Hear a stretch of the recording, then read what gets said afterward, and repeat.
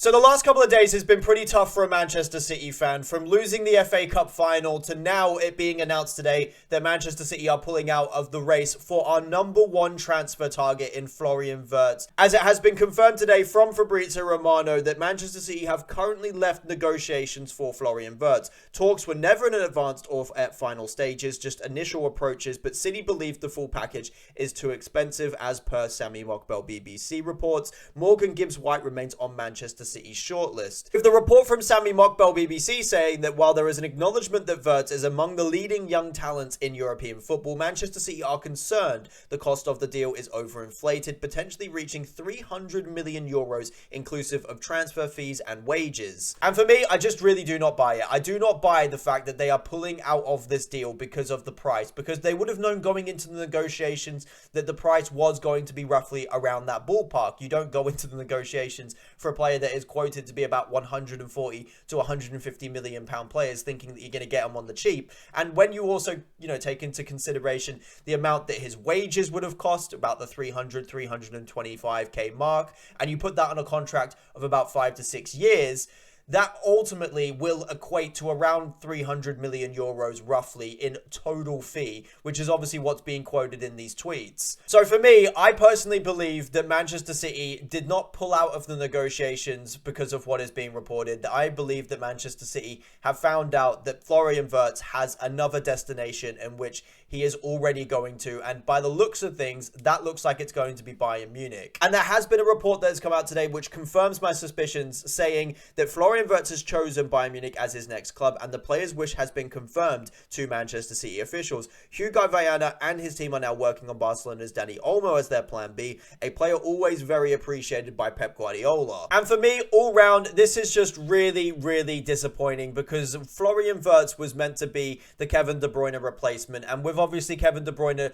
we know he's going to be leaving in the summer. That is going to leave a massive void in our midfield from a creative aspect. And Florian Wirtz, the whole idea of signing him was the replacement for Kevin De Bruyne, the heir to the throne, the player that was going to come in and be able to replace some of that creativity in which Kevin De Bruyne will leave in the squad.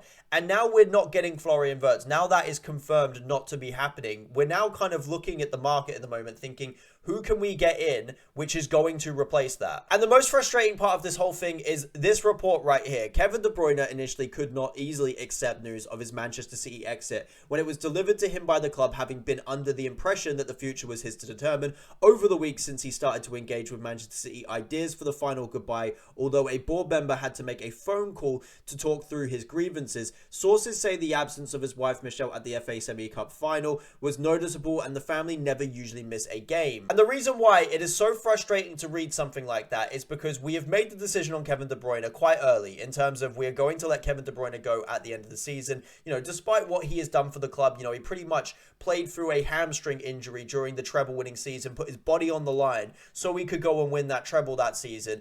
And we haven't even given him the option to be able to extend his contract this year by a single year. And when you see the club do that, you expect that they have something already pre-planned, that they already know who they're going to bring in, what they're going to get across the line deal-wise to be able to replace Kevin De Bruyne in this side. It clearly shows us that they don't have a plan. And now they have to make it up on the fly, because Dani Olmo is not going to replace Kevin De Bruyne in this Manchester City team. I can assure you that right now. And it's frustrating. It's frustrating all round, obviously, with the Kevin De Bruyne situation, but also not getting a player who is such a talented footballer, who would have replaced some of that creativity in the midfield for Kevin De Bruyne.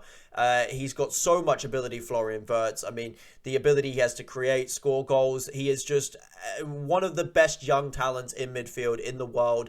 And we're not going to be getting him. It looks like he's going to be going to Bayern Munich, and that means now we have to make our minds up on who we get in this summer. We have to bring in someone of the quality, and as I said before, Dani Olmo is not that for me. I would be looking at big name targets. I really would. Ryan Cherky is one who's been reported recently to be leaving Olympique Lyon at the end of the season. He would be one that I would be targeting, although there are a few clubs looking at him. Another one I'd be targeting, even though it's probably unrealistic and some fans will disagree with me, I would say Cole Palmer. Palmer is one. I mean, he's just got a phenomenal record creativity-wise and goal-scoring-wise in the last couple of years for Chelsea. That would be a difficult deal to get across the line, don't get me wrong, but it's something that I think we should look at. Xavi Simons is another one. I'm not as convinced by him as maybe other people are, but he is one that we could look at in terms of bringing in someone who is creative in the midfield. Overall, unless we go all out for a Cole Palmer, none of them are going to have the creativity of Florian Wirtz. I mean, the numbers do not lie. The creativity statistics do not lie. Florian Wirtz is an elite level creator, and he is going to be one of the best midfielders in the world for the next coming years. Probably the best creative midfielder in the world, and we've missed out on him. And it's a bit concerning, I can't lie, the fact that we weren't able to convince him of the project. Maybe he just wanted to stay in Germany the whole time. That obviously is an angle of things you got to look at, but it's disappointing from a Manchester City perspective, because you would think, as I said, that we would have a deal done, or a deal almost done, for the Kevin De Bruyne replacement if we were to let Kevin De Bruyne leave. And it could be a situation where we bring in someone we're not completely sure of, or who is not guaranteed to replace Kevin De Bruyne this summer, and we let Kevin De Bruyne go. And it could be a catastrophe. It really could. But just because we can't sign Florian Wirtz doesn't mean we can't get in a capable replacement. It's just about finding the right deal in the market. Now, one I am looking at is Ryan Cherki, as I mentioned before. Lyon, he plays absolutely fantastic style of football. Very, very exciting to watch. We saw him in the Europa League in the big high-profile game against Manchester United, where he had a really good performance. He is just a really fun player to watch. So much talent, can score goals, can create chances. Has probably been one of the best players in world football creatively wise this season. So for me personally, Ryan Cherki is absolutely one I'd be looking at and pretty much trying to go all in for, even though there are reports about Liverpool wanting to sign him as well. I briefly touched on Cole Palmer, and I know some City fans would not agree with me here, but I really do think that if we cannot get Ryan Cherki over the line, if Florian Wirtz is dead in the water, like obviously it has turned out it is today, Cole Palmer is an elite level footballer. He scores a ridiculous amount of goals. His creative numbers speak for themselves. He would fill a void in the Manchester City squad next season. And to be honest, look, I don't know how much Cole Palmer would cost, and there is a chance that he would be priced out of a move anyway. Chelsea, obviously, it depends massively on if they get Champions League football, which we'll find out on the final day of the season. But I do think if Chelsea do not get Champions League football, Cole Palmer might be thinking to himself, I want to play in the Champions League next season. And if that is the case, I do think there is grounds for us to be able to tempt him back to the Etihad. Now, I don't think it would be an easy transfer to do. I think it would still cost a lot of money, regardless of if Chelsea are in the Champions League or not next season. But regardless of the fact, we need to be looking at elite level options. We need to be looking at people who can come into the squad and we know that they're going to hit the ground running. And Cole Palmer is one of those. But then there is also another aspect to look at here. Now, we have to look into our academy. We have to look into players that we've already got. And when you do look into our team at the moment, we do have some youngsters coming through. The question is, can we trust them for next season? And that's where I think that I'm a little bit apprehensive towards, to be completely honest, because we've got Echeverry, who came on in the FA Cup final. He looked really bright. He was dropping into pockets, looking really busy, desire to get on the ball. He looked like he can be a real player going forward for us in the next season. So he is a player that could potentially take on the mantle. You've got Phil Foden. I know a lot of people are writing Phil Foden off at the moment, but maybe giving him more of a license in that midfield, in that central role, could be the key to unlocking his best performances again. I think a lot of people have written off Phil Foden recently, and I do think that that can be at their own peril, because we all know what Phil Foden can be like when he's playing at his best, turning in those pockets, running at people, slipping those little balls into the pockets for Erling Haaland to run into.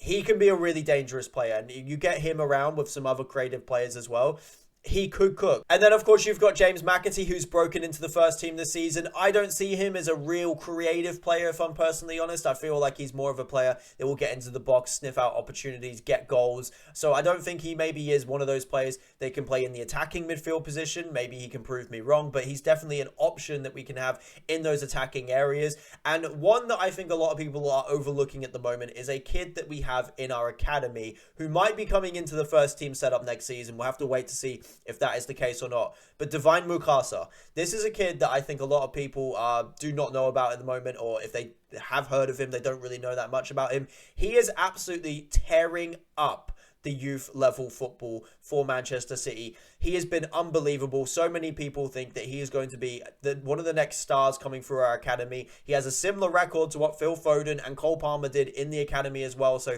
when we look at our academy, you look at the numbers that, Palmer, Foden put up in the academy compared to Mikasa. It looks very good. He has all of the attributes. He's quite tall. He can carry the ball well. He's got a good finish on him. He's got a good eye for a pass as well. So he's a player that's coming through in that attacking midfield position as well that could be the answer for us going forward. But the question is, can we rely on a 17-year-old? I really struggle to see if we can rely on a 17-year-old. I know obviously Lamine Yamal at Barcelona, it can happen, but can we put all of our eggs in Echeverri, Foden, McAtee, and Mikasa next season? I don't know. It seems a little bit risky for me for a top-level club like Manchester City to be going into a season wanting to compete for a Premier League title and relying on those four to be your main attacking midfielders going into the season. But yeah, obviously, this is some absolutely breaking news. It has thrown an absolute spanner in the works for our rebuild in the summer. I think a lot of people are quite nervous for our rebuild now. I don't think it's over. I've seen a few people on Twitter saying, the rebuild's over, we're going to be finished next season, all this type of stuff. I'm not going quite that far. I do think it is quite worrying in terms of, not being able to land probably our #1 target in the summer,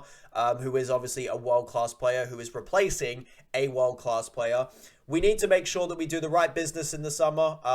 Of course, we need to be bringing in a midfielder who's creative. If we do not bring someone in, I will be I'll be a bit worried, I won't lie. But on top of that as well, we need to bring the right player in. We can't just bring in any creative midfielder. I'm not a fan of Danny Olmo, if I'm being completely honest. Not that he's not a good player, but to come into this side and expect him to do a similar job to Kevin De Bruyne. But yeah, either way, a little bit concerning stuff obviously today. Not a great week so far for Manchester City in regards to the FA Cup final, losing out on Florian Wirtz in the space of a couple of days. We've got a massive game against Bournemouth tomorrow as well. So the way the week's gone so far, it's not looking great. We need to go and win that game for Champions League football. So we've got a massive game against Bournemouth. Then we play against Fulham in the final day of the season. A big week coming up for Manchester City. And then obviously a big window as well coming up. We need a big rebuild. We need to bring in an attacking midfielder. That attacking midfielder will not be Florian Wirtz though.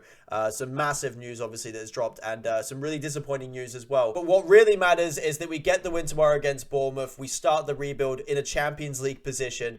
Not a Europa League position, because I think that would be a nightmare going into the transfer window. So we need to make sure that we put ourselves in the best position possible for this rebuild in the summer with the game against Bournemouth tomorrow. So that is what all eyes will be on. But yeah, Florian Wirtz will not be a Manchester City player next season. Disappointing stuff, but we got to move on, and we got to get the right player in the summer. But yeah, until then, boys, I'll see you in the next one. Peace.